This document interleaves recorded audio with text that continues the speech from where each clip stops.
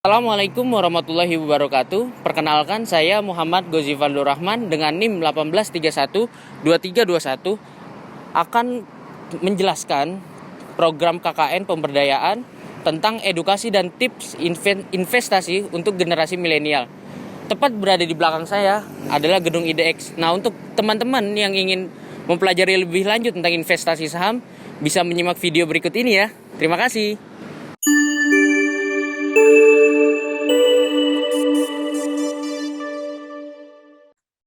Hai, bertemu kembali bersama saya di video. Untuk teman-teman yang ingin berjejaring dengan saya, bisa follow IG dan LinkedIn saya. Berikut namanya. Apa itu saham? Saham adalah bukti penyertaan modal di suatu perusahaan atau merupakan bukti kepemilikan atas suatu perusahaan. Nah, ada kerugian dan keuntungan pada investasi saham. Pertama, capital loss. Dari kerugiannya dulu, pertama capital loss adalah suatu kondisi di mana investor menjual saham lebih rendah dari harga beli. Dan yang kedua itu ada resiko likuidasi, atau perusahaan yang sahamnya dimiliki dan dinyatakan bangkrut oleh pengadilan atau perusahaan tersebut dibubarkan. Keuntungan dari investasi saham ada dua, dari capital gain dan dividen. Capital gain adalah selisih antara harga beli dan harga jual. Dividen adalah pembagian keuntungan yang diberikan perusahaan dan berasal dari keuntungan yang dihasilkan perusahaan. Kita lanjut.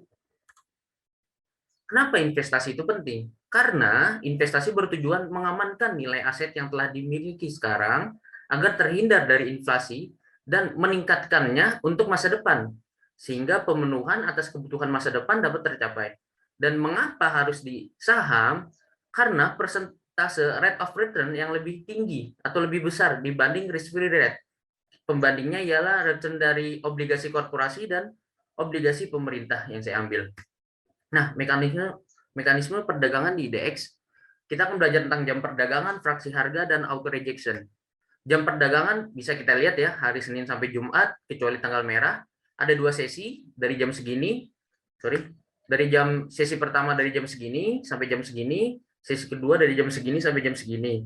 Terus ada pra pembukaan, bisa dilihat ya sendiri teman-teman, dan juga ada pra penutupan, bisa dilihat juga. Oke, fraksi harga. Nah, fraksi harga ini pengelompokan harga. Kita lihat kalau harga sahamnya di bawah 200, maka fraksi harganya 1 dan maksimum perubahannya 10. Nah, teman-teman bisa lihat sendiri. Ini juga bisa diakses di website IDX ya, teman-teman. Untuk satuan perdagangan, dalam Indonesia Stock Exchange, dia menggunakan minimal satu lot. Jadi satu lot itu sama dengan 100 lembar ya, teman-teman. Jadi kalau teman-teman mau beli saham, minimal itu satu lot, teman-teman. Oke, terus ada auto rejection. Auto rejection ada dua, ada ARA dan ARB. ARA itu batas kenaikan ke atas, atau bisa teman-teman baca sendiri, dan ARB itu batas kenaikan ke bawah. Jadi misalkan harga sahamnya 100, berarti kan masuknya di sini, maka dia ARA-nya itu maksimal 35% dan ARB-nya itu 7%. Gitu teman-teman. Nah, karena ini pandemi, jadi IDX membuat regulasi bahwa ARB maksimal 7% doang, teman-teman. Nah, analisa di saham terdapat tiga analisa fundamental, teknikal, dan bandarmologi. Analisa fundamental, analisa fundamental ini lebih cocok untuk investing dan lebih teoritis. Nah, apa sih analisis fundamental? Yaitu analisis yang berdasarkan pada faktor-faktor fundamental perusahaan yang dipengaruhi oleh faktor ekonomi dan industri. Jadi garis besarnya kita perlu mengetahui apakah pertumbuhan laba perusahaannya konsisten, rasio likuiditasnya yang aman, valuasi perusahaannya kemurahan atau kemahalan, dan lain-lain. Nah, terdapat dua pendekatan dalam menganalisis secara fundamental. Pertama, bottom up approach dan top down approach. Bisa teman-teman lihat sendiri. Kalau bottom up approach ini kita pertama ngelihat perusahaannya dulu, produknya apa, jasanya apa. Dan kalau top down approach, teman-teman, kebalikannya, teman-teman. Nah, cara mendapatkan info tentang suatu perusahaan bisa dari website perusahaan itu sendiri dan website IDX. Nah, yang perlu diperhatikan yaitu laporan keuangan, public expose, annual report. Analisis teknikal. Analisis teknikal ini berdasarkan pada pola pergerakan harga saham dari waktu ke waktu yang mana mencerminkan kecenderungan perilaku kondisi pasar. Hal yang terpenting dalam analisis teknikal sepengalaman saya yaitu kita harus bisa membaca candlestick, menentukan tren, membuat support and resistance, memahami volume, mempelajari indikator-indikator ini opsional, terus juga memahami bentuk candlestick ini juga opsional. Saran dari saya, coba teman-teman baca buku Edianto Ong yang berjudul Technical Analysis for Mega Profit. Nah, terdapat 3 pola tren teman-teman yang teman-teman harus ketahui, ada uptrend naik, sideways naik turun, downtrend turun. Nah, untuk cara membaca candlestick bisa teman-teman lihat ya, mudah sekali. Kalau hijau berarti harga pembukanya di sini, harga openingnya di sini. Ini harga tertinggi, ini harga terendah. Untuk membuat support dan resisten bisa dilihat mungkin ya teman-teman ya. Support itu lantai, resisten itu atap. Terus kalau resisten juga bisa menjadi support. Untuk lebih dalamnya bisa hubungi saya tadi via IG atau LinkedIn ya teman-teman. Analisis bandarmologi. Nah, analisis bandarmologi adalah analisis yang digunakan para pelaku pasar dengan melihat pergerakan bandar saham atau investor berdana besar atau big fund untuk mengetahui pergerakan saham dalam waktu dekat.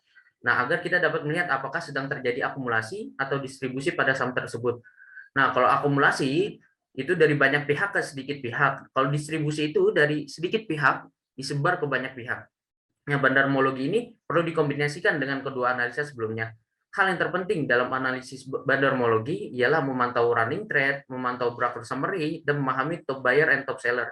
Nah, bandarmologi juga bisa saja itu adalah bank, korporasi, reksadana, yayasan, asuransi, sekuritas, dana pensiun, ataupun individu. Nah, manajemen risiko teman-teman ini sangat penting teman-teman ya. Teman-teman harus mengetahuinya ya, memahaminya ya. Ada money management, risk management, trading plan, dan disiplin. Ketiga ini sangat penting dan yang paling penting juga disiplin teman-teman. Jadi ketika tiga-tiganya teman-teman jalankan tetapi tidak disiplin, maka tiga-tiganya ini juga berantakan teman-teman ya. Untuk penjelasannya teman-teman bisa baca sendiri manajemen, risk management, trading plan, dan yang paling penting disiplin teman-teman. Disiplin dalam 3 hal ini. Nah, ini juga penting teman-teman, fitur online trading sekuritas. Kita harus memahami dan menguasai fitur-fitur sekuritas masing-masing agar memudahkan dalam menganalisis dan mengeksekusi keputusan. Nah, biasanya masing-masing sekuritas itu telah membuat buku panduan atau video tutorial dalam menguasai fitur-fitur online tradingnya. Ini berikut digambar ada banyak sekuritas ya teman-teman. Nah, kesimpulannya teman-teman, ini saya lagi foto di gedung IDX ya teman-teman ya. Kesimpulannya ini ada kata-kata mutiara nih. Investasi itu berbahaya. Tidak ada investasi yang bebas risiko.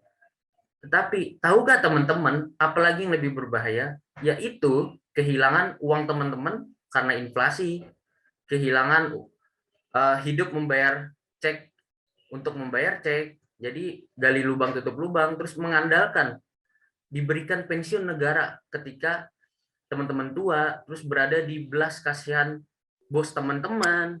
Terus bagi saya hidup itu berbahaya dan investasi adalah resiko yang sangat berharga.